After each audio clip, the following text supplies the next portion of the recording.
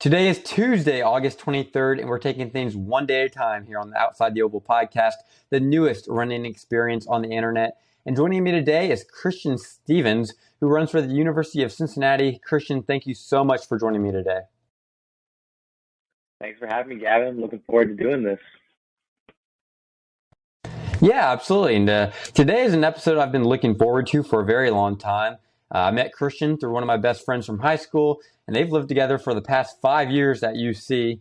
And over the course of time, we've become pretty good friends. Christian, he plays in my fantasy football league every year.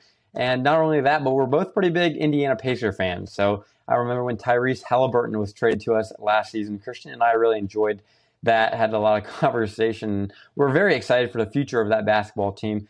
But all kidding aside, Christian also caved in this year, finally joined the Fantasy Cross Country League, and now that's why we're here today.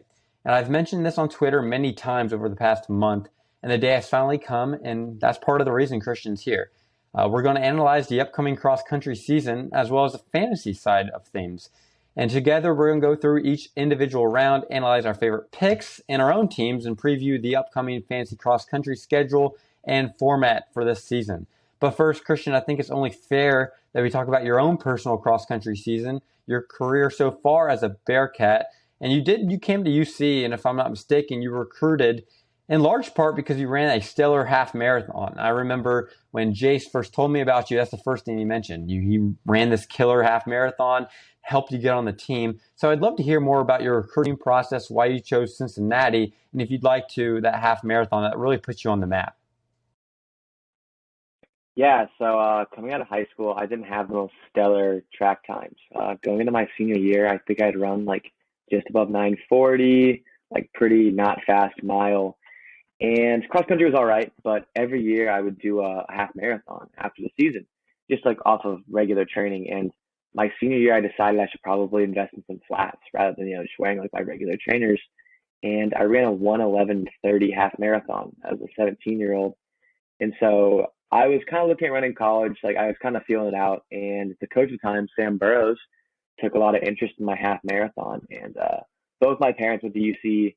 I grew up a Bearcats fan, watching football and basketball, with like the co-op program for engineering, and just being able to run there really made sense for me. So I ended up choosing to come there. Best decision I've made, so can't complain. For sure, you've had a great career so far as a Bearcat. It's been very exciting seeing your career blossom, and I'm very happy to have met you through that, being roommates with Jace, being really close teammates and everything. And in large part, because of the Fantasy Cross Country League, we've done a good job communicating, especially this summer. And that's also just because we're competitive runners, and we've grown together that way, and big Pacer fans, like I mentioned. But because of the Fantasy Cross Country League this summer, I feel like I've kept up with your training pretty well, even though I've been off Strava. Through you, through Jace, I've heard a lot about your summer. But in terms of summer, how has it been for you as a whole? Because you've had a pretty unique ability to spend a lot of your summer and part of your spring as well, training at altitude in Colorado. So how has that altitude training been this summer? And what did your training look like specifically? Because I do know that you're really into biking as well.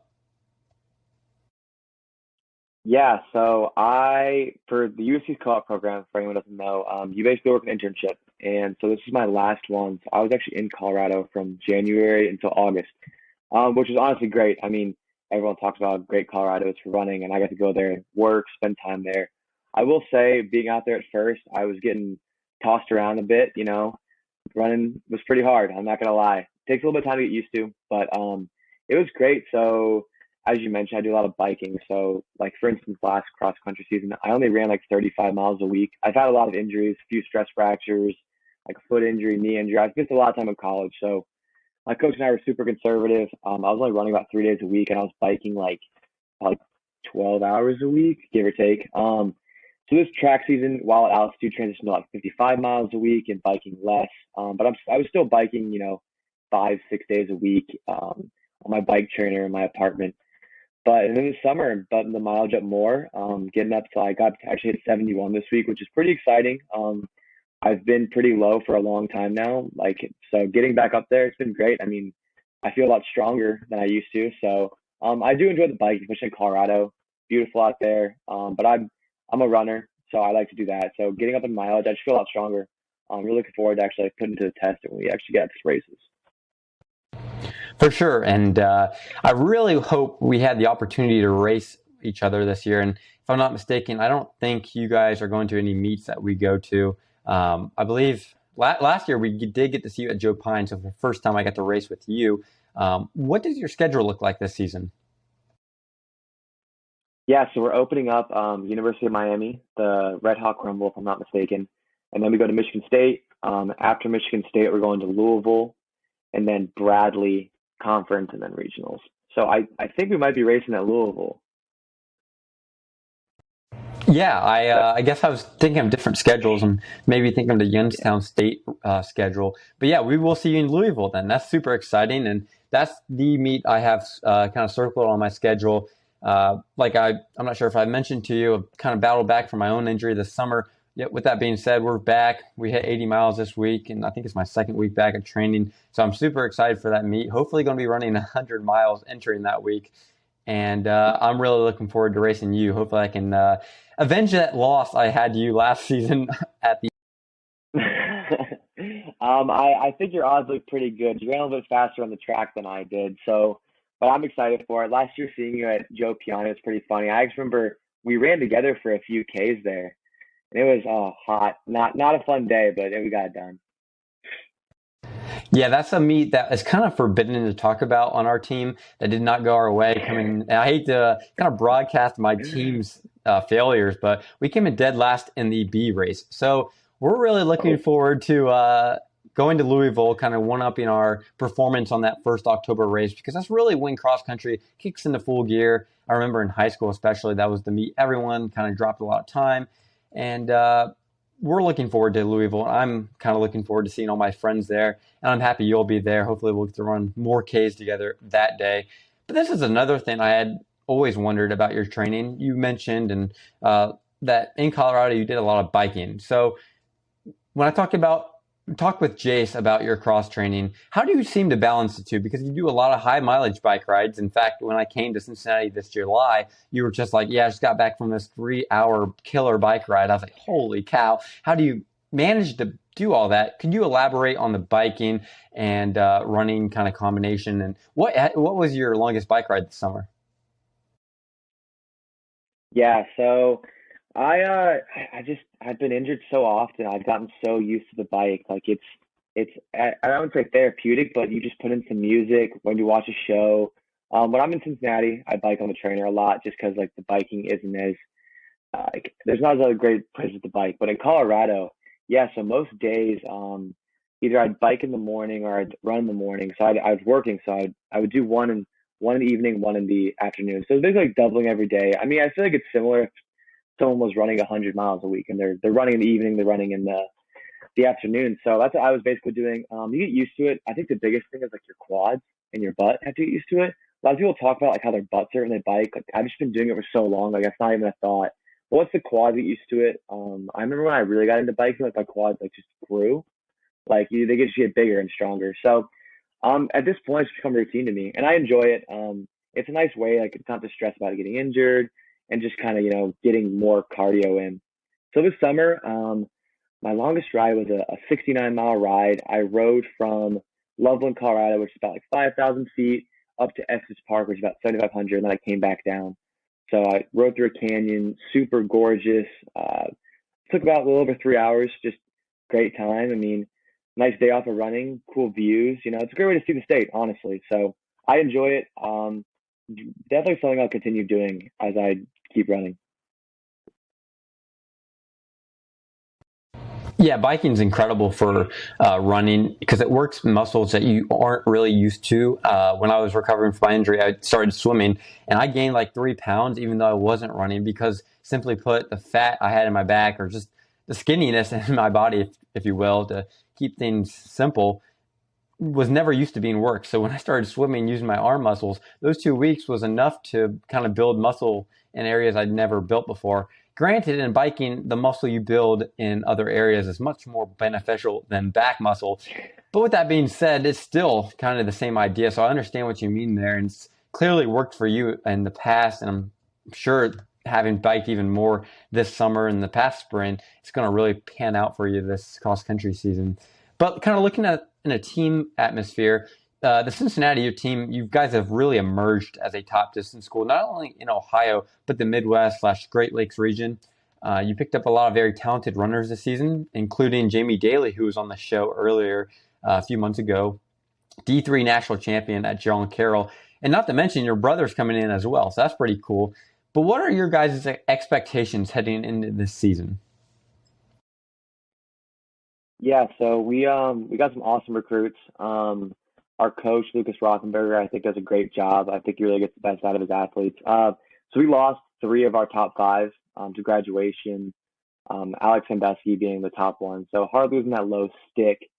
But with that being said, we got transfers from Milo Greeter, Jamie Daly, who unfortunately doesn't have cross country eligibility. That's a bummer. And then Tanner Williams, and then three really solid freshmen. Like guys that are all sub 920. A lot of room to grow too. So I think expectations are just try to be better than last year. We were third at our conference meet. Try to improve on that. I think we were eighth at the Great Lakes Regional. Try to just get better than last year. And probably perform a little more consistently. Like you guys, we also kind of have a down meet at Notre Dame. Not our greatest stuff, and we had a not the greatest conference meet either. So I guess just improve better, try to do well those big meets like Louisville, and just place high, and keep guys healthy. That's the biggest thing. I get injured a lot, so I just stay healthy and just kind of try real fast. For sure. And you guys go to meets that are really going to give you a chance to kind of rack up the wins. And with the new system that the NCAA puts in place for these at-large teams, beating teams is really important. And really the only team in the American who is head and over heels better than you guys is Tulsa. And that's going to be a tough team to beat this year. With that being said, at a meet like Miami, there's no reason you can't go out there and win that race, even though Miami is a very good team. Louisville is another situation where there aren't going to be too many teams you guys can't beat. So that's going to be very exciting to see. Maybe if you guys can nab one of those spots with everyone coming in, not losing too much. Obviously, losing Alec is a big loss, but you still have a very solid team, a lot of depth, and I really think you guys are going to improve on that finish from last year's regional team. But real quick, before we kind of transition to the next part, what are your personal goals this year? Because I know you had not the season you were looking for, you mentioned earlier, but last year. What are you looking forward to do this season? And I know you don't really have a full slate on the track schedule every year, but what are you hoping to do in the next calendar year? Yeah, so in cross country, I would love to finish high at regionals. I had an okay meet at regionals, nothing great. I finished 80th. I'd love to improve on that. Our conference meet also, I'd love to be, nab a top 20. And then, cross times are always hard just because of like courses, conditions, if courses are actually legit. But I would love to finally nab sub 25. I ran 25:45 as a freshman. I'm still at 25:15 at pre-nat last year. So, just get faster and then just stay healthy. And then looking forward to track. I had an all right season, 30:32 and then 14:39. I would love to break 30 and then break 14:30. And then convince my coach that I run a 1500. I don't think he's ever going to let me, but I would love to do it because I haven't run something that short in 4 years. And I would because everyone who doesn't run is always like, what's your mile time? And I cannot tell them anything. I'm not going to be like, well, in high school I ran 4:30. So I would love to run a mile indoors or a 1500 outdoors just so I have something to tell them for that. Yeah, I'm the same way, and we kind of had similar times, especially recently. We both did longer distance events. Fortunately, my coach does let me do the 1500, so I do have that ability to be like, oh yeah, I was able to go 4:11, and whereas coming out of high school, I had to tell everyone, yeah, 4:36, and it really didn't pale to the people on my team coming into college, but I think a 1500 would do you very well, especially considering how strong you are with the endurance base. So that would be really exciting to be able to do a 1500 and, like you mentioned, be able to tell people, oh yeah, I can go 4:15, 4:10 in the mile. But as we move forward, I'm very much looking forward to your season. I believe this could be the year for you, considering how training has gone. But like I mentioned, shifting gears a little bit, there's a lot of other people in the same boats as us in the NCAA. They're really looking to take off with their training and become the next stars of distance running. On the distance side, on the individual side of things, who are some guys you're looking at to really show out in 2022, and who do you believe is the favorite to win in Stillwater this fall? Yeah, so obviously I'm going to start with the Stanford trio of Cole Sprout, Kai Robinson, and Charles Hicks. Those guys are all absolute studs. Great prowess from everything on the track. 1500 to 10K, they're all studs. I like Charles Hicks is the best of them. I think he would be the most likely to nab that crown. Had a really good race last year at Florida State. I know Stillwater is a slightly harder course than Florida State, but still, nonetheless, Nico Young, obviously. Oh my gosh, absolute monster. His 1500 speed got even better. His 5K was phenomenal. Right behind Abdi Hamid Nur, and then third place at NCAA's. You can never count out Nico Young. Absolute gamer. I'm a big fan of the guys who had high school cross country prowess. I think that translates well, and he's just a winner. That's about that. And then obviously Dylan Jacobs after that huge win at NCAA's. And then I also think Alex Meyer of Oklahoma State also. If I were to pick someone right now, though, I think personally I like Nico Young. I think just the times speak for themselves. It's kind of hard to prove against, and with that new kick from that 1500 speed, I think would be so deadly. I mean, we saw Connor Mance, 2 years ago, just pound that last K, and I think that's something you really need. And I think he's got that. Yeah, that's one thing that Mike Smith seems to really pound home. Nico Young was not the best kicker coming out of high school, but you could see at this track, he's a different runner. So I really think that's going to translate to the cross-country course. I've been very open with my picks this year. I'm going Cole Sprout, even though he's kind of the second fiddle to that Stanford trio in the eyes of many. But you hit the contenders on the nose. Those are definitely the guys you got to watch out for this season. But what about the team battle? So you mentioned the Stanford three, and I think we've had conversations about this before. You're really high on the Cardinal, but you also got NAU, Oklahoma State, who's my pick to win in Stillwater this year. And then I think a team I've underestimated and slowly have fallen in love with is BYU. I think those are the four you got to watch out for this season. Who are you going with and why? So I'll start by saying I think this is a lot closer race than we had, last year and the year before that. I also agree with you. I think Oklahoma State's the team to beat. I mean, it's their home course. They bring back a ton of depth. I think they're a little bit, they're kind of underrated. They're not at altitude like NAU and BYU. They're not flashy like, Stanford. But I think their top end guys are just phenomenal. And, knowing the course, that cannot be undervalued. I mean, at all, especially with Stillwater being one of the hardest courses in America with all those hills and everything. I think it's their race to lose. With that being said, though, I do think that NAU, Stanford, and BYU all close. I think things will obviously have to shake out. I mean, all three have phenomenal coaches, and they just have such pedigree year after year after year. So I think it's Oklahoma State, and then those next three, it's just kind of a jumbled bunch. And obviously, cross country, had two shows up on that day. It's like when BYU won a couple years back. Everyone thought to be NAU. It's just so unpredictable, which is why I make the cross country so great. Absolutely, and you hit the nail in the coffin when you said whoever's the best team that day is going to end up winning.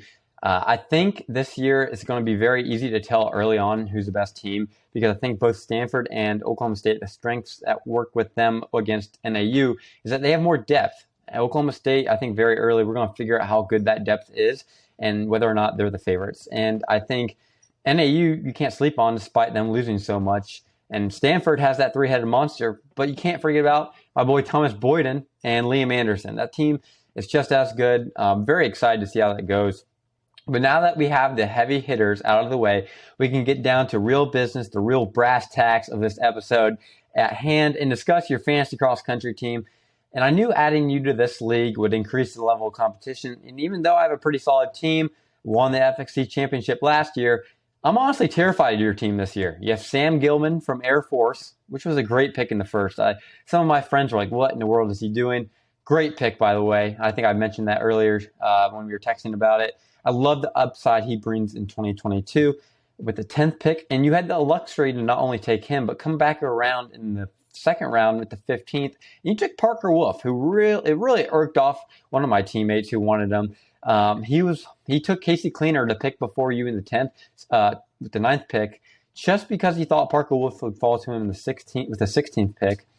I think Parker Wolf is another candidate to crack the top 10 finish list at Stillwater this season. So what was your thought process, your preparation heading into your first cross-country fantasy league? And were these two guys the guys you knew you wanted right off the bat? Yeah, so I was definitely a nerd on Teefers. I was going through everyone's all the top guys. Sam Gilman and Parker Wolf were both very high on my list. I almost took Parker Wolf in the first round, but just like Henry thinking to come back around, I was like, I'm gonna wait for this one. But yeah, Sam Gilman. I mean, I that fifth place finish in NCAA's and track. I might even have it wrong, but he was top five. I mean, in 5K, that's legit. That cannot be. I mean, I think track success really, culminates in really good cross country success. So like, I think that can't be understated. Also, I like guys. I really like guys from good teams. As you see on my team, a lot of heavy hitter teams. I mean, I just think having that great team culture is great. So I was really scouring for guys with good 10K and 5K times. Later I'm taking some 1500 guys, but guys from good programs.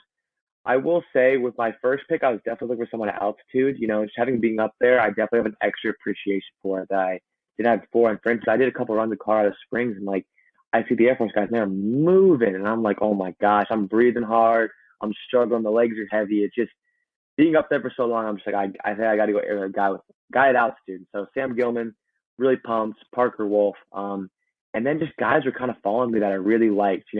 Aaron LaHarris, absolute monster on the track in the 10K. I was pumped about that pick. Wake Forest is a great program. I mean, he has great training partners. And then Josh Methner, Foot Locker champ back in the day. I really like that pick. And Notre Dame, high pedigree program. I know Sean Carlson's gone, but they still have that culture, still have a ton of great guys. And then from there, I was kind of just shooting for guys with high upside. Joe Wascom, 1500-meter champ, Washington has Andy Powell, great program. He ran nationals last year, so he knows what it's like. Carl Thessian from Tennessee, they just got Sean Carlson. Carl now is Dylan Jacobs to train with, just things like that. And then from there on, and then Seth Hirsch, I hope, is going to run cross country for Colorado. If so, that'd be phenomenal. He's an absolute monster on the course. And then I took a Harvard incoming freshman that I had read about on Let's Run with my with my 8th round pick. So a couple shots in the dark here and there, but I was like, if I'm gonna do this, I want to be competitive. It's just like fantasy football. I want to win. I feel like I know enough. I've nerded out about running enough that I could really go in on it. And so I spent a lot of time on Teepers, looking through Let's Run to find some gems. And I like my team. I think it's pretty solid. Yeah, I love your team too. And in fact, I love it so much that when we did the first ever fantasy cross country preseason poll, I voted your team first. You guys got 2 first place votes, and one of them was for me. Like I said, I'm petrified that your team is going to run the table, a lot of depth, and I loved your shots in the dark. You really went over it well. Las Herreras from Wake Forest was a terrific find in the 3rd, and I was kind of jealous I had to pass on him in the 3rd, but I did take Coney in the 2nd, and I did want Michael Power in the 3rd. Josh Methner in the 4th, that's who I was going to take in the 4th. Wascom was a guy that I didn't expect people to take in the 5th, but he really completes this team. Decent in the 6th was beautiful. Didn't know much about your 7th and 8th going Petruno from Michigan State and Hines from Harvard. But Seth Hirsch, we talked about this from Colorado. That was a terrific pick because the way that the league works, after the first week, you have to drop 2 runners. You get 10 at the start, but you got to go subtract the 8. So you kind of manipulated the rule better than most people did. You went someone who might not race, and you might have to sacrifice that scorer in the first week. But with that being said, looking long term, if Hirsch does run, you probably took an All-American caliber runner in the 9th round. And coming from someone who took Kai Robinson in the 7th last year, Michael has taken some gems late in the high school fantasy cross country world back when we do that. That's how you win the league. So I really identified you as someone who would do that, and you ended up succeeding in doing it. Then you took yourself in the 10th, which I love. Honestly, I wanted to do the same, but I was taken before I could pick myself in the 10th. But really appreciate you taking yourself because that does show confidence in yourself, but also shows you're having fun. That's what it's all about. But with that being said, I'm going to run down my team a little bit since this is a fantasy cross country preview. First went with Drew Bosley from NAU with the 5th overall. He's probably not my 5th overall runner, but I kind of had a new approach this year. You had your own strategy. I had my own too. And this year was all about finding depth so I can trade it for that guy. I want the number one runner, and I want it within the first few weeks of the year. So I went Bosley, who's going to be a perfect addition when I do get that top runner. Zach Falcone from Wake Forest, who I love this year. I think he's a top 10 guy. Then Michael Power. I have a friend who runs at Tulsa. Could not speak higher about Michael Power's season. Then he finished sixth in the NCAA 10K this year. He kind of popped off, so I'm pretty happy about that. After him, I went with some depth picks. Victor Sama from Oklahoma State. I think he'll be there too. Austin Van Sil from Colorado, who's another guy who really popped off last cross-country season, running at altitude, running at a good program. Really like what he has. So at that point, I had the same strategy as you. NAU, Wake Forest, Tulsa, Oklahoma State, and Colorado filled my team. Love having high pedigree teams on my roster. From there, took two little shots in the dark with Thomas Boyden. Again, he's my boy. I'm expecting high things from him this year. And then Leo DeBosch from Washington, former NXN champion, former, I think he has the high school fastest 5K until Colin Solomon came and broke it this year. Then I went Jackson Sharp from Wisconsin in the 8th, and I'm sure my boy Derek Rubis on Instagram is going to love that pick. Kevin Berry in the 9th, transferring from Princeton to Notre Dame, adding to that prestigious college team chemistry there. And then lastly, roll the dice with Abraham Avila Martinez. Got to run against him in Texas quite a bit. He's going to be a guy to watch at Texas, especially with them moving a few guys out of their roster. I really think he's going to have a pretty good season, but it's going to be hard to find someone to cut from this roster. But with that being said, really looking forward to the future of this team and really hoping that I can kind of use some of these guys as trade bait later in the year, not to kind of give you my strategy.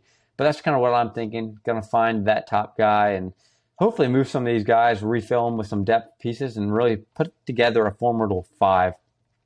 But if we look at the draft as a whole, there was a few picks that stood out to me, and I'd love your opinion on them. And the first one, we have to talk about this one. Colin Solomon, first pick of the second round, 13th overall. What did you think about him getting paired with Bob Liking in the end of the first round? Yeah, I mean, I liked it. I don't know if I would take Solomon 13th. I mean, obviously, I think most guys run this NAU phenomenally, and Colin Solomon is a generational runner, and he's coming from the same system that Nico Young came from. So I love the pick. I think he'll probably be an All-American. Honestly, the kid is an absolute beast. He's already been racing against pros in high school. Once he starts training at 7,000 feet, oh my God, he's gonna see some gains. It's gonna be a little unfair. And like Mike Smith is really just top of. He knows everything. I mean, the man's an absolute genius. So I liked it. I think it may have been overpaying a little bit. I think he probably would have fallen until maybe like the third round, early third, maybe mid third. But I think it could be a home run. Those are the kind of picks you got to make if you want to win. So I was a little bit jealous. I was hoping maybe you fall a little bit, but you got to do what you got to do. Yeah, taking a freshman that early is always risky. He brought up the reason he took him was because Nico Young had such a good freshman year. But I think one thing he's not considering is the fact that Nico Young had an entire indoor and outdoor track season to prepare for that first cross-country season. So he is going to have some growing pains. And I do expect him to not be the Nico Young that we saw last year. But I do think, like you said, he's going to be an All-American. He's in a perfect situation. He's going to have everything going for him. So I do like the pick, but I agree with you. I think he overpaid for him, but since he was picking at the back of the first round, probably wasn't going to fall to him at pick 36 and 37 or wherever he was going to pick in the third round. So I don't hate the pick, but definitely think it was a little aggressive. Next, another pick I really liked, and this is someone I took in the 8th round last year, Aidan Troutner from BYU. What do you think about that pick? I liked it. I was actually eyeing Aidan Troutner. I wanted him. I mean, like I said before, high pedigree guy. He's part of my high school graduating class. He won NXN over Brody Hasty in that crazy kick in the end. And like I said before, like guys that are good in high school and then guys at these great programs. Ed Eyestone, another coaching genius. And so I just think he had a rough go last year at nationals, but he runs so many fast times, and he's just such a talent. I mean, on the day, he's another guy that's like he's probably gonna be an All-American. If things are going right. I like the pick mostly because I want to take him myself, so I was a little bummed when I saw him go off the board. I'm going to be honest. Yeah, I love the pick by Luke. I think he did a lot of preparation for this draft, and that's why he decided, I'm going to roll the dice, take him 5th. really think he's going to have a good year, and pairing him with Christian Allen, Casey Cleaner, Brandon Garnecchia, that BYU team's looking good this year, like we mentioned. And then another BYU guy taken sixth round. I thought this was a very interesting pick because the Lucas Bonds we know, not only is he from Ohio, but he is a 1,500-meter indoor qualifier. So he's taken speed. He's not had the greatest cross-country career, but I thought it was interesting to see him go sixth. What did you think about that pick? It was another solid pick. I'm gonna be honest. I mean, yeah, so far not the greatest cross country success, but we're talking about a guy who's a sub 8 3K runner, a super fast 1500 guy. I mean, I know some people don't think that 1500 guys, necessarily are the best in cross country, but when you go to BYU, you gotta have that engine, And this guy's from 337. That's absolutely monster. I like the pick. Maybe he would have fallen a little bit lower had he not been from Ohio. Some guys may have got some inside information. When I saw the pick, I was like, that's pretty high. I'm like, I wonder if he's training like a monster this summer. You get a little. I like the pick. I mean, once again, BYU, you can't go wrong with it. They're all going to be good. For sure, it might have been a homer pick considering he is from Ohio, and I mean, you saw what Luke did. He took Mari and Kirk in the third and fourth.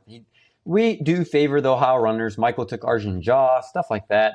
One thing I'd never let myself do is take those Ohio guys because I don't want to lose because I take one of them. But I thought it was a justified pick. I do think since he already had his top five in place, it made a lot of sense. You know what? Let's roll the dice on this 1,500 runner. And really, I believe this is last year cross country eligibility. He might have one more, so you might go out there and say, you know what? Let's roll the dice. Let's have a great cross country season and hope it translates to a fast 1,500 on the track this season. And lastly, the last pick I wanted to talk about, and this pick was made like 3 hours after the news was released. Nate Kolwick, another Ohio runner, this was taken by someone who doesn't live in Ohio, so I thought it was interesting. Transferring from NC State to Tennessee, this was a pretty monumental pick because Kolwick isn't really known for his cross-country paralysis. But I do think under Coach Carlson, running with Jacobs and Abdallah and Thiessen, this Kolwick's someone who could be a contender to finish in the top 80. So what did you think about that one? I think it was another great pick. I mean, Kolwick is a guy who he hasn't had the greatest result in cross country, but also you got to think about it. I mean, last year he came 19th at the Southeast Regional, 29.62. I mean, running sub 30 on grass, no joke, anytime. We are also talking about a guy who this year ran 13:39 in the 5K. That's moving. If you can run that fast in the 5K, think about what you can do on the grass. And like you said, going to Tennessee, you're working with Sean Carlson, a guy who's had so much cross-country success. So this could be a breakout year. I like the pick. I think it's very solid. A great upside pick. Seventh round, you're not picking for that top five. You're picking for guys that can win. He could be a league-winning pick. That's the thing. Goes out there, has an amazing day. Maybe finishes top 30, and all of a sudden you win the league. Absolutely. And I'm as you talk about these picks, I'm really appreciative that you do understand how the league works, the scoring and everything, because that's something that even though we do have a lot of fun with it, it's something that you have to master. And this probably goes because you're pretty good at fantasy football too. If you don't understand how the league works, even if you know more than everyone, you're not going to win because you got to kind of manipulate the rules in your favor in a way. And that's kind of why I feel like I have an advantage every year because I wrote the rule book and I created the idea. So I do have that advantage over a lot of people. I do understand how the rules work and how to kind of take advantage of them. But the Colorado pick was great. I loved it. It was someone I was going to take in the 9th or 8th, even before he announced his decision to transfer. And I feel like it was justified to take him as early as he went because he was moving to a better program, or at least a program where he thinks going to take a step forward this season. But as a whole, taking a look at the entire league, I ranked your team first in the preseason rankings, like I mentioned, and I believe you ranked me in the top 3 as well. So we both have respect for one of each other's teams. Other than ourselves, what teams are you keeping an eye on this season? Jack's team scares me. So I think Jack's team has got a pretty loaded. I actually ranked Jack's team number 1 in my opinion. I thought Jack had the best draft. Kai Robinson is the number 1 pick. Great pick, in my opinion. Kai, great traction. Isai Rodriguez, a guy who's had great cross-country prowess in the past. I know he had that car accident during track, but he's working his way back from that. Ibrahim from New Mexico State. another guy that I wanted, didn't get him. Shea Foster, an All-American. And then he says good depth. I mean, like you were talking before, Kibbawa from Louisville, great pick, and Eric Hines, cross country guru, led NDU to their first national championship. I like his team. Obviously, I like your team a lot. Those are my top three that I think could be really, really dangerous. I also like Michael's team. Dylan Jacobs, number one. Yassine Abdallah, another guy that I want. A guy had a great breakout indoor season and then a great outdoor season. Duncan Hamilton, steeplechase. I mean, I think steeplers are really valuable in cross country. I mean, they're already used to running with over stuff and breaking their stride. So, and then Theo Quacks, NAU, and then Hoptu Knight. And then you got some depth with Jaziri, Arjun Jha, Chad Johnson. Those are my top four teams that I'm really looking at that I think are all really solid and I think could be a problem. Yeah, for sure. And before we hopped on the podcast to start recording, you mentioned you were going to rank Jack's team number one. I did think that was a little bit interesting because I ranked Jack fairly low. He finished like 10th in the preseason poll, so not a lot of people have respect for his team. But I love the depth on his team. I'll take credit for the Kibbe Watt pick. But other than that, there's a lot of people on that list that I really like. Spirit, Charlie Sweeney from Colorado, Jonas Gersten and Cameron Todd. I think he has an incredible chance of, even if it doesn't necessarily work out in his way, he could pull a lot of those players to teams that need depth and swing it for one of the stars in the league. I think he's well positioned to make a run. Obviously, I ranked yours first, ranked mine second. I ranked Henry third. Casey Cleaner, Haftu Sternenos, the best 1-2 punch in the league without a doubt. I thought it was a little lackluster depth, but James Mawaru, Scott Beatty, Wes Porter, and George Quaish going 3, 4, 6, and 7. I still think he has enough to get it done and make the championship. But you mentioned Michael's team. I did want to talk about his and one more. He took Yassine Abdallah in the second round, which is a guy I was hoping to get in third. He took Duncan Hamilton, who was on my team last year. Not sure how exactly it will translate to cross courts because it didn't exactly go according to plan last year. But Haftu Knight in the fifth was an excellent pick in the fifth. That's who I was on taking the sixth. I'm not sold on his depth. I think it's a lot of guys who aren't necessarily going to finish in the top 100 at Stillwater. But it's very intriguing because it's a lot of guys who can take that next step. Jazuri, and Johnson, three guys. You have the steeplechase national champion, Chad Johnson, a former All-American. A lot of people who can really take that next step and probably help Michael propel himself into a championship contender. And lastly, I really like Jace's team. And a lot of people accused me of helping Jace during this draft.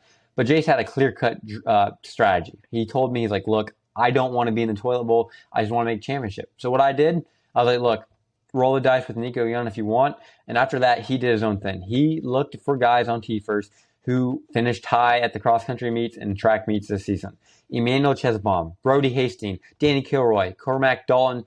That's his top five along with Nico Young. He has plenty of people who are just quality runners. These guys aren't going to go out there on any given day and fall apart. I loved his Anthony Monty and Cohen Roberts picks at the end of the draft. And Will Smith from Gonzaga really flew under the radar. I think Jace is a team you can kind of pencil into the bubble at least to compete for one of those last spots in the championship. But regardless, this league has the makings of a lot of exciting things to look forward to. Really, on a few teams I don't think have a chance to win, and I really think it's only one or two that don't have a chance to make the championship.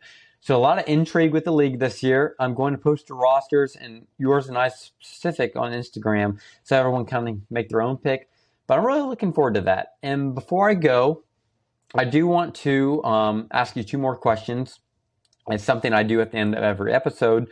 First, we'll talk about the fantasy part. Make your pick. Who's going to win the league this year and who's going to lose the league this year? Okay, I'm gonna start with the losers first. I think that Koi's gonna lose. I I don't know if Kyoko's even has eligibility left, and I think that put him in a really tough spot. Because he was the first pick, and so you're picking last. I do like the Allen pick. I wanted Allen. Transferring to BYU is a great pick, but I don't know. I just don't see it. I think he might be the loser just because of that first pick. I think he might have really done himself in. And then I'm gonna be a homer and take myself. I think I'm gonna win. I have that confidence in my team. Obviously, we'll know as we get going how good I'm actually feeling, but I'm gonna be a homer and I'm gonna take myself. So yeah, Kyoko, when he took him, he told me at the river while we were running a long run, he was like, "I'm going Kyoko." I was like, "Okay." I didn't tell him, but he's not on Campbell's roster heading into the season. I can't imagine he's transferring anywhere else. I think it's safe he's going pro or going to go pro. Regardless, if he loses out on Kyoko, that really puts him in a bad spot. He had a great 2 and 3. He went Christian Allen, Graham Blanks, Marcelo Rocha, Andrew Kibbett. He took Lucas Bonds. He has depth, but he doesn't have anyone who can really be that guy. So I definitely think he's in a tough situation. He's going to fix it as the season goes on. And like I said, I think you're the best team. And I hate to kind of guide you through your first season across country, but you have a great top 4. Like looking at your top 4, I'm like, I don't know who can really beat this top 4 as a whole. And then really you have Wascom, Hirsch, Thiessen, Petruno, and Hines, 5 guys who can really behind them be used as trade bait. And whoever you do decide to drop is going to be a valuable addition. But I think you'll learn that once you figure out that 5, if you can get another dominant 1 or 2 guy, I don't know who's going to beat you, especially when it comes down to a championship meet. If you can pick up a few wins early in the season, I think I'm predicting you to win this year, and I really think I have a chance to as well. Simply because I have an advantage over you, as in I know everyone. I can individually make trades with everyone. I do have depth. I can move, but I don't have the star power you do. So I'm going to have to figure that out. But I'm going to take you over me in the championship as well.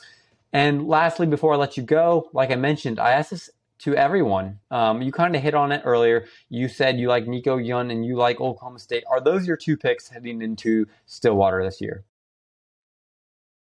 Yeah, I think as of August, I think that's what I'm feeling. I like them both. Obviously, like you said, if people shake out, we'll get a better understanding. But I feel I could sleep at night pretty confidently knowing that I could take Nico Young and Oklahoma State. Absolutely. And I think those are very good picks. I love the Oklahoma State pick, obviously.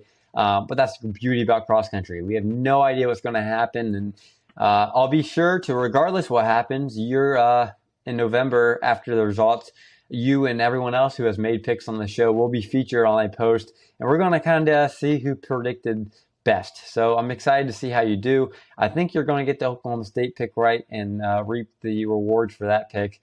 But Christian, it was great having you on the show. I really enjoyed having you come aboard, and I enjoyed hearing about your summer upcoming season and this cross country season. It's going to be really fun. But thanks for hopping on, and hopefully we can do this again. Yeah, thanks, Gavin. I really appreciate it. I had a great time. Looking forward to cross country and hopefully some good matchups in fantasy cross country. Trying to clutch those wins, you know. Absolutely, and I will see you at the Louisville meet, and plan on coming up to Cincinnati, so I'll see you there in November, hopefully. But with that being said, thank you all for listening today, and we will catch you next time on Outside the Oval.